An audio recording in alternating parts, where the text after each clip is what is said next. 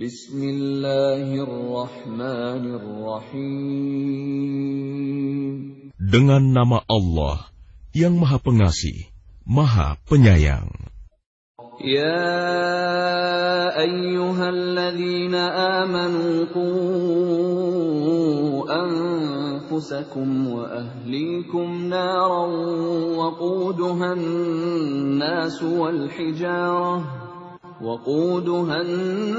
الناس والحجارة عليها ملائكة غلاظ شداد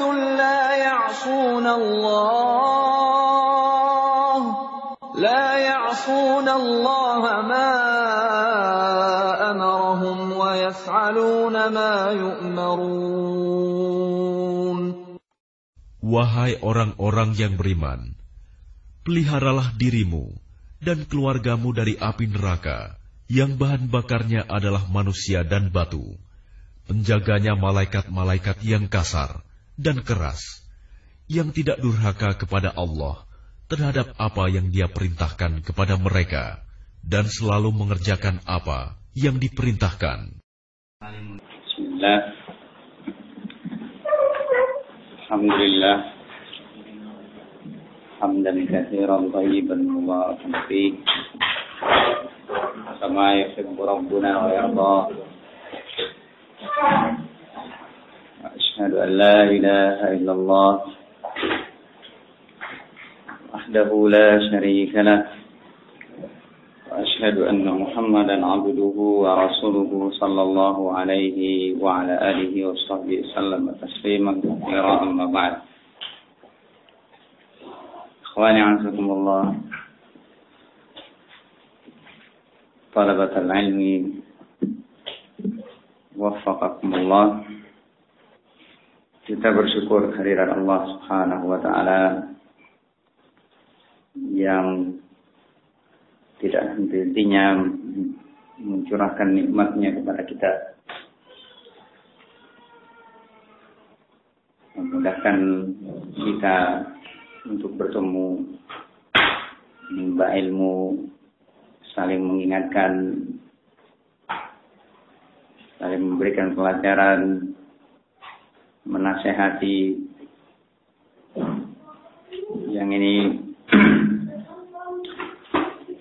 kemuliaan, karunia yang tiada bandingnya yang diberikan oleh Allah Subhanahu wa taala di saat manusia kebanyakan merugi. Allah Subhanahu wa taala mengkhususkan orang-orang yang mereka saling berwasiat, saling mengingatkan, saling menasihati untuk terlepas dari kerugian tersebut. Nah, pada kesempatan ini kita mengulang-ulang peringatan yang pernah sering kita dapatkan dari asatidz kita al-afadil, potongan-potongan ayat ataupun firman Allah yang mulia secara utuh atau dari hadis Nabi SAW. Nah, dan itu merupakan hal-hal yang sangat bermanfaat bagi orang-orang yang beriman. Fadzakir fa inna dzikra tanfa'ul mu'minin. Maka berilah peringatan, karena sesungguhnya peringatan itu bermanfaat bagi orang-orang yang beriman. Dalam sebuah ayat yang mulia, Allah Subhanahu wa taala berfirman, kita sudah sering mendengarnya, bahkan sebagian kita hafal. Allah berfirman, ya ayyuhalladzina amanu qu anfusakum wa ahlikum nara wa quduha an-nas wal hijarah 'alaiha malaikatun ghiladun shidad la ya'suna Allaha ma amarahum wa yaf'aluna ma yu'marun. Panggilan dari Allah untuk mereka yang telah menyatakan diri beriman.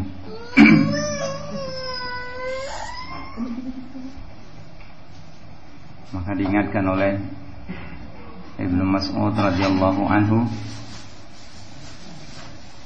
beliau mengatakan, ketika kalian mendapatkan panggilan-panggilan seperti ini dalam Al-Quran, maka asghi sam'ak, curahkan pendengaran kalian, konsentrasi, perhatikan. Bisa jadi yang kalian dapatkan ketika panggilan-panggilan tersebut kalian perhatikan adalah kebaikan yang diperintahkan kepada kalian, dan atau kejelekan yang kalian dilarang untuk mengerjakannya. Pada kesempatan ini disebutkan oleh Allah tadi dalam satu ayat tadi dalam surat At-Tahrim, Allah berfirman, ya ayyuhalladzina amanu qu anfusakum wa ahlikum nar. Wahai orang-orang yang beriman, buktikanlah keimanan kalian.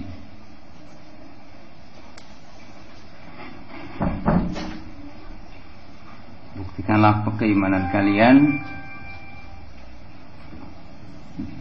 dengan menjalankan apa yang diperintahkan oleh Allah di dalam ayat ini. Qu anfusakum wa ahlikum nar. Jagalah diri kalian dan keluarga kalian dari api neraka yang kayu bakarnya adalah manusia dan batu. Yang menjaga neraka tersebut malaikah yang kasar lagi keras, yang tidak mendurhakai perintah Allah dan mereka menjalankan apa yang diperintahkan kepada mereka. Pelihara diri kalian. Nah, para ulama kita, ahli-ahli tafsir, menjadikan ayat ini sebagai ayat yang mengandung mendorong dalil untuk kita menjaga dan memerintahkan keluarga kita, menyelamatkan mereka dari neraka dengan mendidik mereka, mengajari mereka. Tapi satu hal, ikhwani azakumullah, jangan kita lupa bahwa yang diperintahkan lebih dahulu oleh Allah Subhanahu wa taala adalah anfusana. Allah mengatakan qu anfusakum, jaga oleh kalian, pelihara oleh kalian diri-diri kalian, didik diri kalian, ajari diri kalian dengan ilmu, dengan adab yang diperintahkan oleh Allah, dengan ketaatan. Nah, isyarat kepada kita dari penggalan pertama ayat ini untuk kita mujahadatun nafs, bermujahadah, berjuang untuk menekan nafsu, bukan untuk membunuh nafsu, tapi jihad untuk menundukkan dia.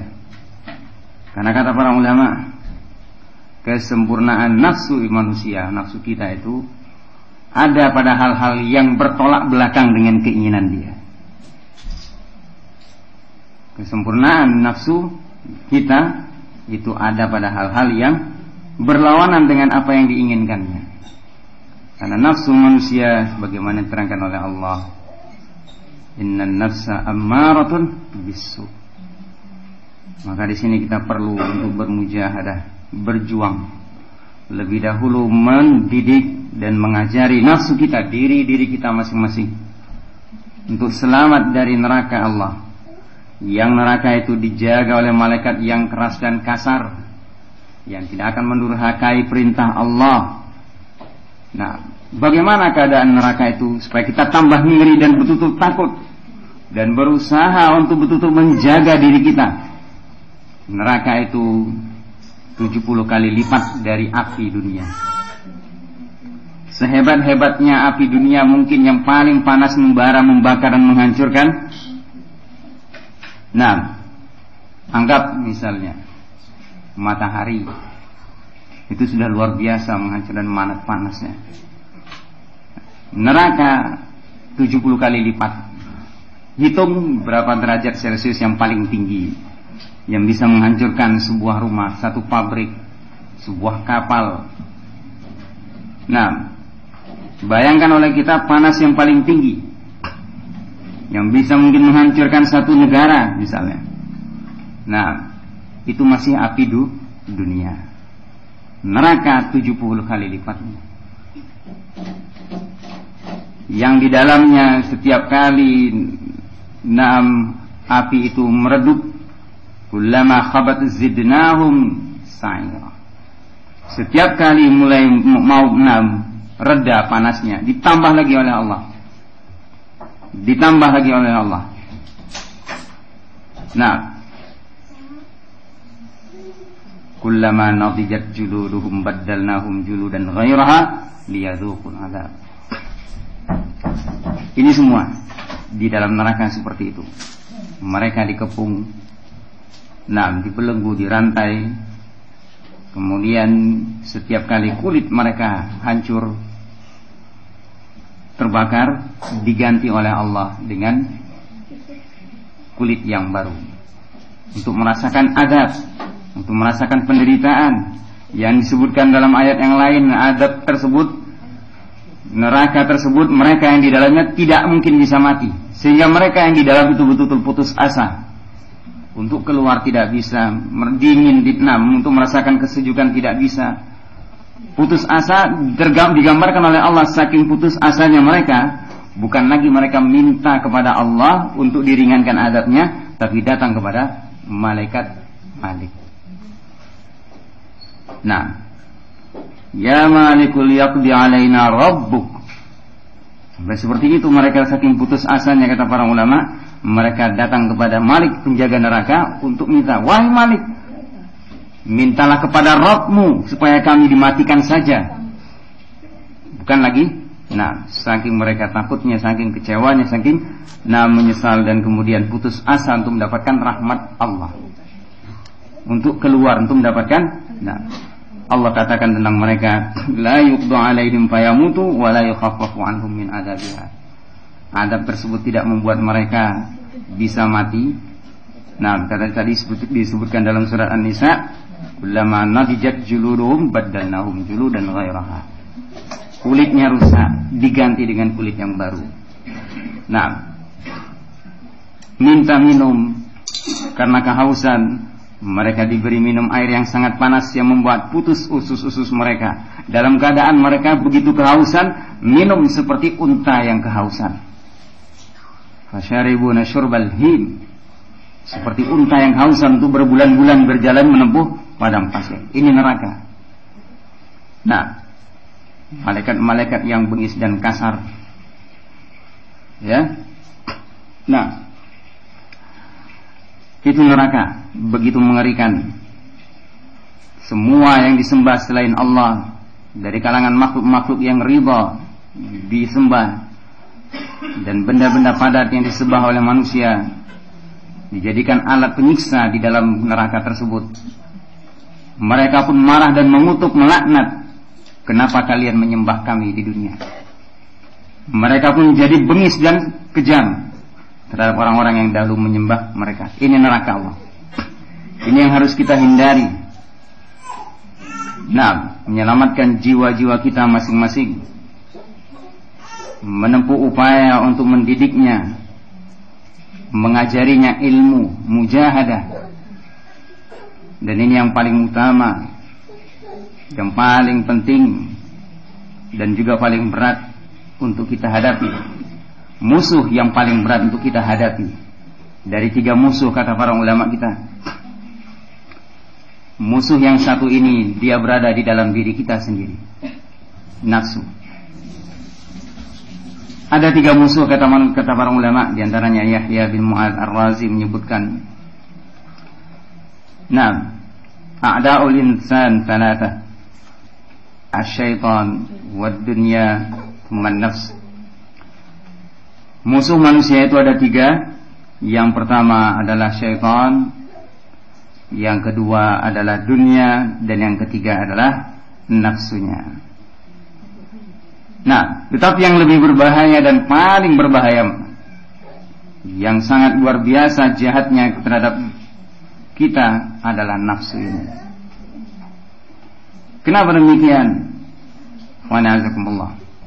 Syaitan dan dunia, mereka sudah keadaannya demikian, ditakdirkan oleh Allah sebagai penipu, mengelabui, mengecoh. Syaitan itu adalah al-gharur, yang luar biasa tipuannya, memberikan janji dan dia menipu, mengingkari janji. Wa wa'adtukum fa akhlaftukum, aku janjikan kepada kalian untuk kalian, tapi aku ingkari. Dunia juga begitu, mata'ud dunya qalil. Wa mal hayatud dunya illa mata'ul ghurur, tidak lain kehidupan dunia itu adalah kesenangan yang menipu. Tipuan mereka, godaan mereka itu sekedar was-was, sudah sampai sebatas was-was. Tapi baru dia berfungsi ketika disambut oleh yang ada di dalam diri kita. Baru berterima dengan yang ada di dalam diri kita. Karena apa? Jiwa kita itu, nafsu kita itu serba ingin mudah, serba ingin enak, serba ingin tenang, lega. Nah, tidak ingin yang payah-payah, tidak ingin yang susah-susah. Nah, kalau beragama, ya sedang-sedang saja. Yang penting bisa, yang wajib-wajib atau sholat sunnah, yang haram-haram ditinggalkan, itu pun yang tidak secara sempurna. Yang penting saya muslim, yang penting saya sholat. Nafsu kita selalu ingin lempang, artinya senang ingin dia tenang, rahatnya banyak, kelonggarannya banyak, kelapangannya banyak, sehingga untuk hal-hal yang sulit dia enggan. Padahal kesempurnaan mereka di jiwa kita itu justru ada pada hal-hal yang bertolak belakang dengan keinginannya. Maka demikianlah tipuan-tipuan syaitan, tipuan-tipuan dunia itu masih sebatas was-was, tapi baru berterima ketika jiwa kita ini menyambut, tergiur dengan tipuan dunia, tergiur dengan godaan syaitan, akhirnya jatuh. Inilah salah satunya kenapa jiwa manusia itu lebih berbahaya daripada syaitan dan dunia. Barangkali seperti kita ditipu oleh maaf ini pabrik rokok. Di bawah ditulis apa? Rokok itu menyebabkan kanker, penyakit jantung, janinnya keguguran, kemudian apa lagi? Impotensi. Ini benar atau dusta? Benar, yang seperti ini benar. Seperti itu juga, tapi kenapa kita masih ada yang mau merokok? Seperti itulah dengan jiwa tipuan syaitan. Sudah jelas syaitan itu musuh bagi kamu. Fattakhiduhu aduan, kata Allah. Gara-gara dia kalian keluar dari surga. Memusuhi kalian, dendamnya luar biasa kepada kalian. Seperti itu dia. Kenapa masih juga mengikuti? Siapa yang salah? Dunia, bukan syaitan. Syaitannya sudah jelas salahnya demikian. Tapi jiwa kita yang begitu ingin. Begitu inginnya serba mudah, akhirnya terbawa. Ini yang dikatakan oleh para ulama. Betapa sulitnya dan betapa beratnya kita menghadapi sesuatu yang di dalam diri kita, bersama kita. Ini butuh ini upaya yang sangat besar untuk bisa menundukkan dia. Mujahadatun nafs yang disebutkan oleh para ulama ini membutuhkan kesabaran. Kita butuh sabar untuk dia memiliki ilmu, mengajari dia. Butuh sabar untuk supaya dia terbimbing dan terbina, mau mengamalkan ilmu yang dia peroleh.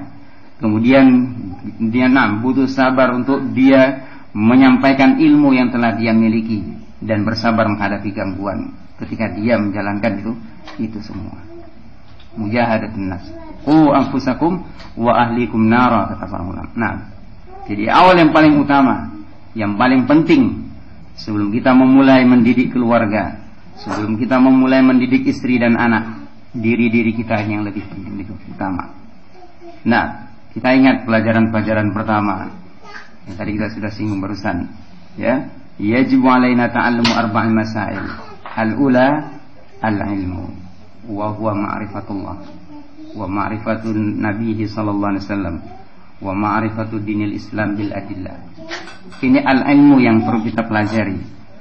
Al-ilmu yang gunanya untuk mendidik dan membina, menyelamatkan jiwa kita agar tidak tertipu dan tidak terjatuh dalam godaan-godaan atau menerima bisikan-bisikan syaitan sehingga selamat mengenal Allah, mengenal nabinya sallallahu alaihi wasallam dan mengenal Islam dengan dalil-dalilnya.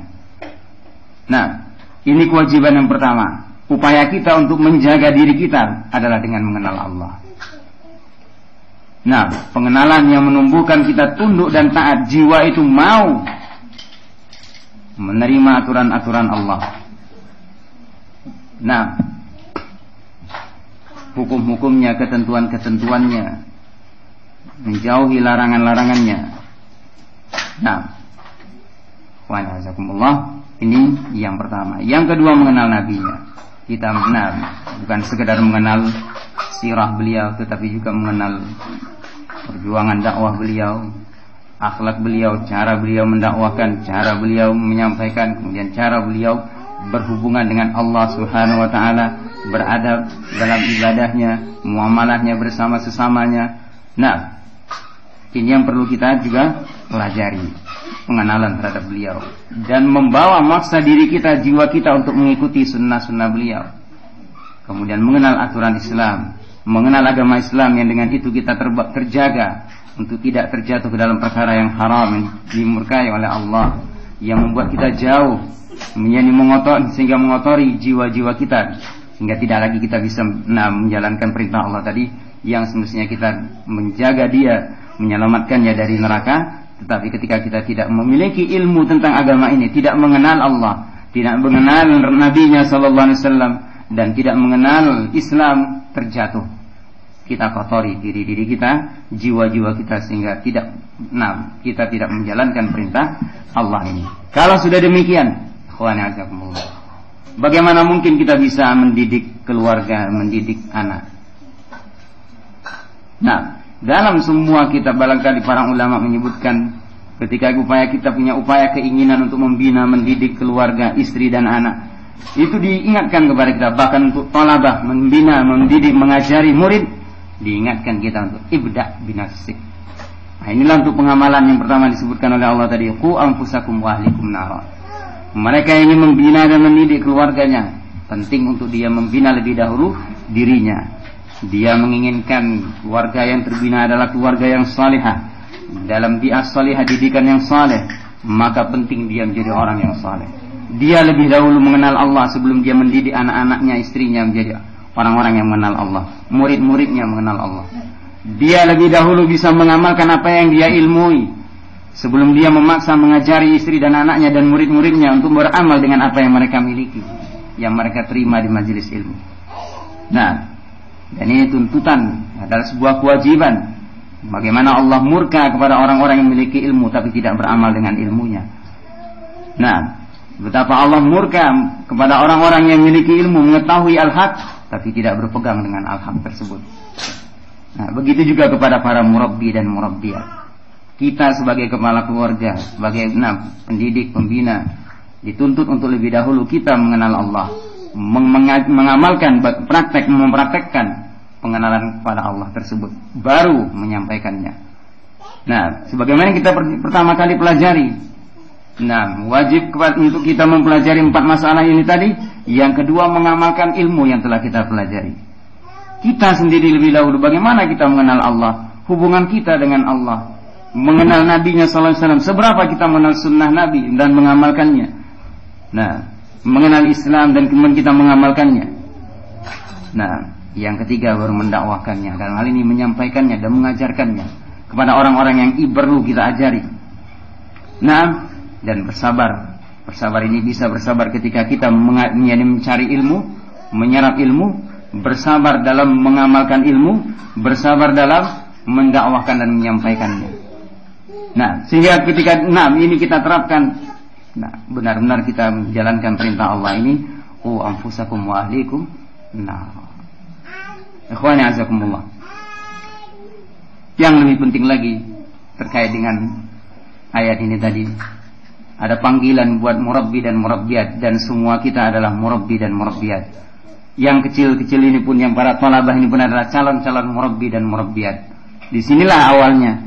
Dan Allah perintahkan tadi, qu anfusakum wa ahlikum nar, sejak sebelum menikah, sejak dia masih sebagai anak, penting untuk dia membina dan menyiapkan dirinya, untuk dia mendidik dirinya, menuntun dirinya di jalan Allah. Nah, karena setiap orang mungkin bercita-cita untuk dia membina keluarga, mempunyai keturunan yang soleh, atau menjadi murabbi bagi saudara-saudaranya yang lain. Nah, dipanggil ada sebuah ini risalahnya di hadapan saya ini, ditulis oleh Syekh Muhammad bin Jamil Zainu, mengimbau buat para murabbi dan murabbiyat. Sebagai latar belakang tadi dasar mungkin berpegang dengan ayat tadi disebutkan oleh Allah Subhanahu wa taala dalam surat Tahrim tadi. Nah, ajari keluarga kalian, dan ini kita semua adalah pendidik, kita semua adalah pembina, maka kita perlu memerhatikan tugas yang sangat mulia dan sangat agung ini. Nah, diingatkan oleh beliau rahimahullah bahwa begitu agungnya pendidikan, begitu agungnya mulianya pembinaan terhadap generasi ini. Ini sebagai buah ini kita menerapkan perintah Allah tadi. Qu anfusakum wa ahlikum nara, setelah kita mendidik diri, setelah kita menjaga diri, setelah kita memelihara dan menuntun diri kita untuk taat kepada Allah. Nah, sebagaimana kita pelajari dalam pelajaran pertama kita dalam bidang akidah. Nah, ini perlu kita untuk mendakwahkannya. Dalam hal ini yang paling pertama adalah mengajari keluarga kita. Sebagaimana dituntunkan, dicontohkan oleh Rasulullah SAW. Beliau panggil kerabat-kerabatnya lebih dahulu. Beliau ajak keluarga-keluarga dekatnya, beliau kenalkan dengan Islam lebih dahulu. Baru beliau keluar berdakwah. Beliau ajak ke istrinya, beliau ajak anak-anaknya, beliau ajak yang berada di dalam rumah tangganya. Ali bin Abi Thalib ketika itu bersama beliau, Bilal, Zaid bin Harithah sebagai pembantu beliau. Ini kita dibimbing untuk yang demikian. Satu hal yang harus kita ingat, bahwa tarbiyah, pendidikan dan pembinaan ini tidak hanya kita mentransfer atau menyampaikan ilmu, tapi dikatakan oleh para ulama tarbiyah itu meliputi tarbiyatul qalb wa tarbiyatul badan. Kita mengajari keluarga, mengajari anak dan istri, mendidik mereka dengan adab-adab Islam, menjaga mereka supaya terhindar dari neraka. Itu bukan hanya dengan fisik, tapi juga batin mereka yang lebih utama. Kita membersihkan jiwa mereka sebagaimana kita telah membersihkan jiwa kita sendiri, nafsu kita sendiri, memeliharanya dari kotoran-kotoran merusaknya yang menyebabkan dia terlempar ke dalam neraka. Kita jaga dan kita tuntun untuk taat kepada Allah. Begitu pula kita menuntun keluarga, anak dan istri kita. Dalam hal ini juga termasuk kita dibimbing dituntut juga untuk mendidik orang-orang yang jadi di bawah perwalian kita. Para guru dituntut untuk mendidik murid-muridnya dan memperhatikan keadaan mereka, tidak hanya mengajari mereka ilmu, mereka tahu, memahami, tapi juga bagaimana menumbuhkan, masukkan ilmu itu ke dalam hati mereka. Dan ini tugas yang sangat mulia dan sangat berat. Mengajari, bahkan juga sebagaimana di awal kita sebutkan tadi, mendidik diri, mujahadatun nafsi, itu adalah perkara yang sangat berat. Apalagi kita mendidiknya atau mengarahkannya kepada orang lain, walaupun itu adalah keluarga kita. Walaupun itu adalah anak istri kita. Jadi mungkin kita bisa memaksa diri kita untuk menekannya. Karena kita paling kenal dengan diri kita sendiri. Bisa kita arahkan, kamu tidak boleh demikian, kamu harus bisa seperti ini, berbuat demikian. Amalan-amalan yang mungkin kita bayangkan, kita baca dari sirah para ulama adalah perkara yang berat.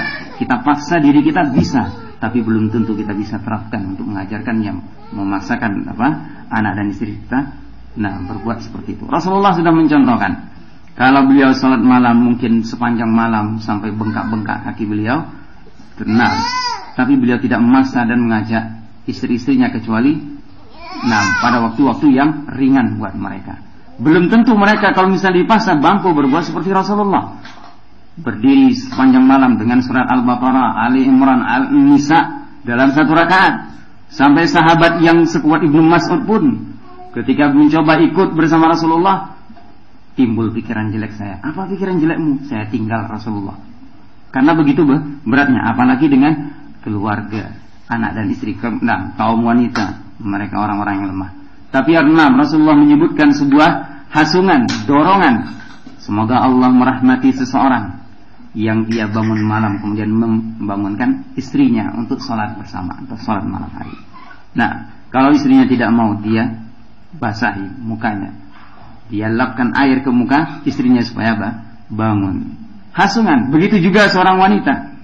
Nah, jadi penting kita mengetahui yang hal seperti ini. Nah, supaya apa yang menjadi tujuan kita mendidik dan membina diri kita itu pun bisa kita arahkan kepada terutama keluarga, dalam hal ini istri dan anak-anak. Ikhwani a'azakumullah. Nah, hasungan buat para pendidik.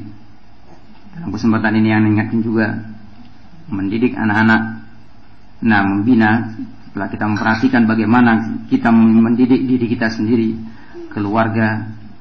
Nah, itu adalah perkara yang sulit, apalagi membina dan mendidik talabah yang mungkin tidak ada hubungannya dengan kita.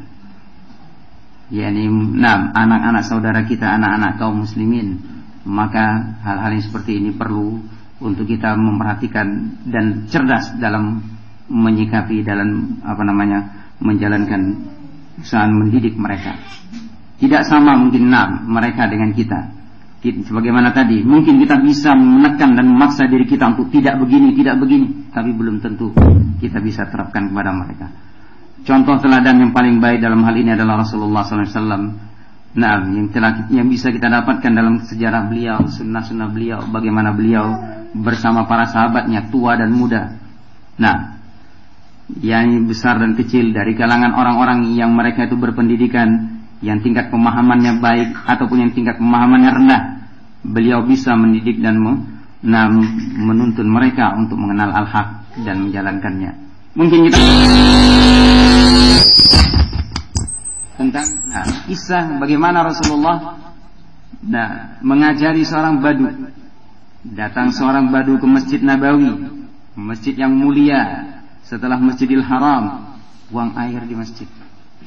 Para sahabat sudah berteriak untuk mencegah dia, jangan kencing di masjid.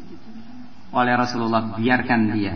Subhanallah, di masjid yang lebih mulia di seluruh dunia setelah Masjidil Haram, dijadikan tempat buang hajat seorang badu yang datang. Begitu kan mengotori. Subhanallah, Rasulullah biarkan dia. Selesai, panggil oleh Rasulullah. Masjid bukan tempat buang air. Masjid itu tempat sholat, zikir. Subhanallah, sampai disebutkan dalam riwayat itu bahwa badu tadi, ya Allah rahmatilah aku dan Muhammad, jangan rahmati yang lain. Saking senangnya, terkesannya dia dengan Rasulullah yang tidak marah, masjidnya yang mulia ini jadi tempat buang hajat. Begitu Rasulullah. Kisah yang lain yang luar biasa juga. Sahabat yang juga baru masuk Islam dari kalangan Badui juga, tinggal di gunung-gunung juga. Muawiyah bin Hakam As-Sulami, ingin mengamalkan sunnah. Ada saudaranya sahabat yang bersin. Alhamdulillah, dia nyebut yarhamukallah dalam sholat. Para sahabat yang lain melotot niat dia. Kamu kok ngomong di dalam sholat, kok bicara dalam sholat? Dia pun bersuara, ada apa kalian kok melihat saya dalam sholatnya seperti itu? Yang lain menepuk pahanya, mengisyaratkan jangan ribut, jangan bicara. Selesai sholat, dipanggil oleh Rasulullah. Subhanallah, kata Muawiyah, belum pernah aku melihat pendidik yang lebih baik dari Rasulullah sebelum dan sesudah ini. Beliau tidak menghardik saya, tidak membentak saya, tidak memukul saya, tidak mencela saya. Sholat itu adalah untuk zikir, baca Quran dan tasbih. Seperti itu yang diajarkan Rasulullah. Tapi lihat, pada kondisi tertentu Rasulullah mengatakan kepada orang yang dia katakan, wallahi inni la uhibbuk, demi Allah saya mencintai kamu. Tapi subhanallah, ketika terjadi kekeliruan dari sahabat ini, afatanun anta ya Mu'adz, apa kamu bikin fitnah, tukang fitnah wahai Mu'adz? Ada pada tempatnya. Rasulullah menegur dengan keras. Bahkan ketika Umar bin Khattab memuji, ya Rasulullah, di dalam lembaran ini, bukan lembaran ahlul kitab, ada baik juga ini Rasulullah. Marah Rasulullah luar biasa. Seandainya Musa masih hidup, dia tidak boleh kecuali mengikuti saya. Ada tempat. Nah ini benar uswah kita, teladan kita. Sehingga kalau kita lihat dalam perjalanan Rasulullah mendidik bersama para sahabatnya, tidak pernah kita dengar sebagaimana diceritakan oleh Anas menyalahkan. Ya, tidak pernah mencela, kamu kok kenapa buat seperti ini? Atau kenapa belum mengerjakan ini? Nah, kalimat-kalimat yang indah. Nah, ya, Rasulullah pun mengingatkan juga, nah bahkan dituntunkan, diajarkan pula para ulama. Nah, biasakan jangan melaknat, ya, bisa jangan mendoakan hal-hal yang jelek, karena bisa jadi bertepatan dengan Allah mengabulkan doa. Apa yang kita ucapkan jadi. Dan seorang mukmin disebutkan oleh Rasulullah bukan orang yang ta'an. Pendidik lebih-lebih tidak pantas dia mengucapkan untuk murid-muridnya, kamu dasar malas, dasar nakal. Ya, ini tidak layak lagi untuk kita keluarkan. Nah, semarah-marah apapun kita, nah alangkah indah ketika kita mengatakan aslahakallah, hadakallah. Nah, kita ingin membina dia, mendidik dia. Kalau ini yang keluar bertepatan dengan terkabul Allah mengabulkan doa, jadi dia. Pernah dengar kisah kenapa Abdurrahman bin Sudais jadi Imam Haramain? Kecilnya beliau diceritakan itu nakal, main-main di pasir, hidangan buat bapaknya disiram pasir. Ibunya yang baru saja menyiapkan itu marah, jadilah kamu Imam Haramain, sana pergi. Jadi doain. Nah, guru kami Masya Allah Syekh Muqbil rahimahullah juga demikian diceritakan. Nah, ibunya marah, beliau sangat rajin belajar Masya Allah. Disebutkan, nah, kitab Fathul Nada, para mungkin antum pernah dengar, itu 70 kali lebih beliau ulang sampai menjelang akhir hayatnya pun, bahkan jadi pegangan beliau safar dalam sakitnya. Nah, itu ketika berangkat untuk melayani thalabul ilmi, sebenarnya beliau disuruh kerja oleh ibunya cari nafkah. Allah yahdik, pergilah kamu. Kalimat ini Allah, nah jadi dasar. Nah, Allah mungkin bertepatan Allah memberi hidayah, mengabulkan doa, Allah beri hidayah. Nah, Syekh Muqbil bin Hadi berangkat ke Mekah, di sana beliau mendapatkan tempat untuk belajar. Dan Allah berikan taufik sehingga beliau kemudian pulang, ya, berdakwah di Damaj. Rahimahullah. Nah, ini kalimat-kalimat ini yang mungkin harus kita biasakan. Nah, sebagian orang yang menulis tentang hubungan dengan anak, dengan lebih-lebih dengan pendidik, sering yakni rusak, ya, hubungan itu karena ada beberapa hal yang menyebabkan tidak adanya hubungan hal-hal yang sering kita lakukan, yang ini justru merusak hubungan dengan anak, terutama dengan anak-anak didik, apakah dengan keluarga, ya. Ini seringnya kita mungkin melakukan mengeluarkan sibab, cercaan. Kadang-kadang naudzubillah, kebun binatang semua keluar, ya. Nah, tidak layak. Rasulullah sudah menyebutkan sibabul muslim fusuq, mencaci seorang muslim itu kefasikan. Kenapa tidak kita? Apakah ini hanya berlaku untuk para kita yang sejawat, yang sama-sama sudah dewasa? Berlaku demikian? Tidak. Juga kepada anak-anak itu. Tidak layak untuk kita mengatakan mencaci, kamu nakal, kamu jahat, kamu bandel, kamu bodoh. Nah, kita harapkan dia terbina, terbimbing. Ya, tarbiyah Islamiyah dalam pandangan Islam itu luar biasa acuannya, dasarnya. Yang diperhatikan dalam tarbiyah Islamiyah itu ada dua hal. Karamatul insan dan fitratuh. Karamah, kemuliaan insan, kemuliaan manusia sebagai khalifatullah fil ard. Nah, yang Allah tugaskan mereka di bumi ini untuk makmurkan, untuk mengelola, untuk beribadah kepada Allah. Itu jadi sasaran utama dalam pendidikan. Yang kedua fitrah manusia. Nah, ini yang ditumbuh kembangkan dan Islam memerhatikan yang demikian. Sehingga kita lihat bagaimana Rasulullah dan terhadap para sahabatnya.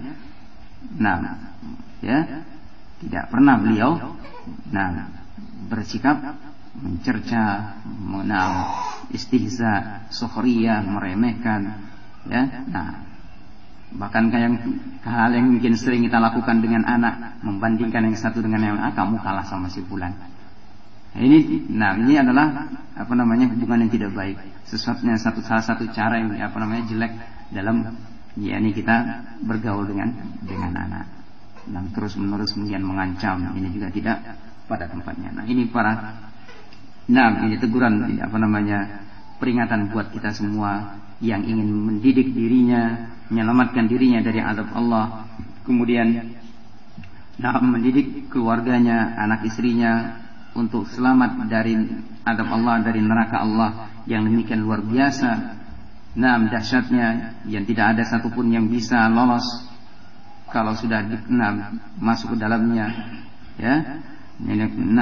Orang-orang kafir yang dimasukkan dalamnya tidak mungkin bisa lolos, bahkan mereka putus asa untuk mendapatkan rahmat Allah, sehingga saking putus asanya tidak lagi mereka datang kepada Allah meminta diringankan, mintanya kepada Malik alaihissalam sebagai penjaga neraka.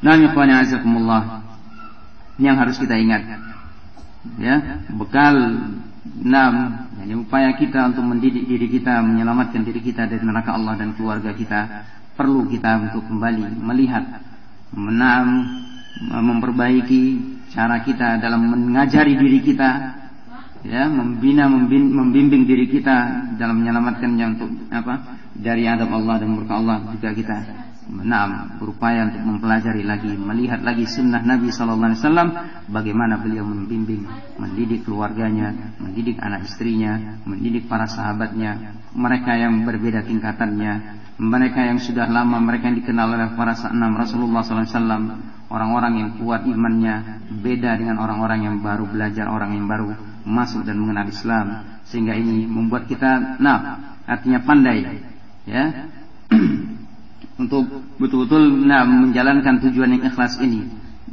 tujuan yang mulia ini, membina dan mendidik, karena tugas murabbi atau tarbiyah ini adalah tugas yang mulia sebanding atau seperti tugasnya para anbiya wa rasul. Mudah-mudahan yang singkat ini, kesempatan ini bermanfaat buat saya pribadi, karena ini saya rencanakan kepada beberapa ikhwan di beberapa tempat,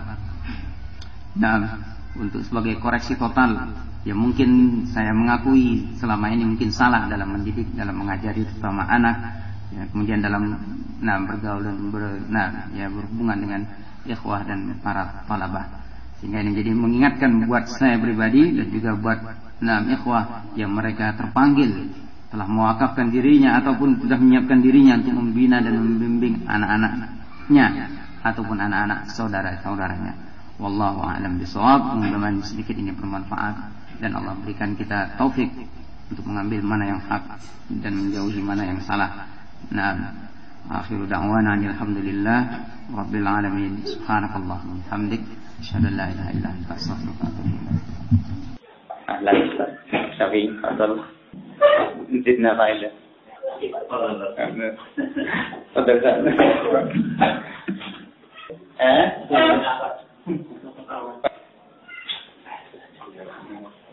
Seperti habis saya.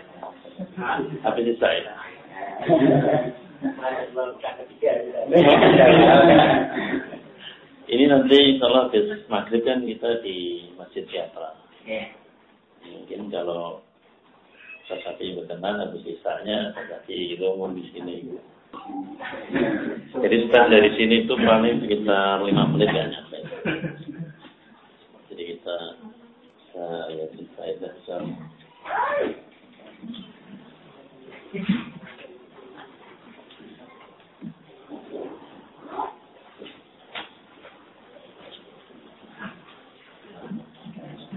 nanti kalau yang belum pernah ke teatra bisa bareng sama yang beliau yang sudah pernah sama.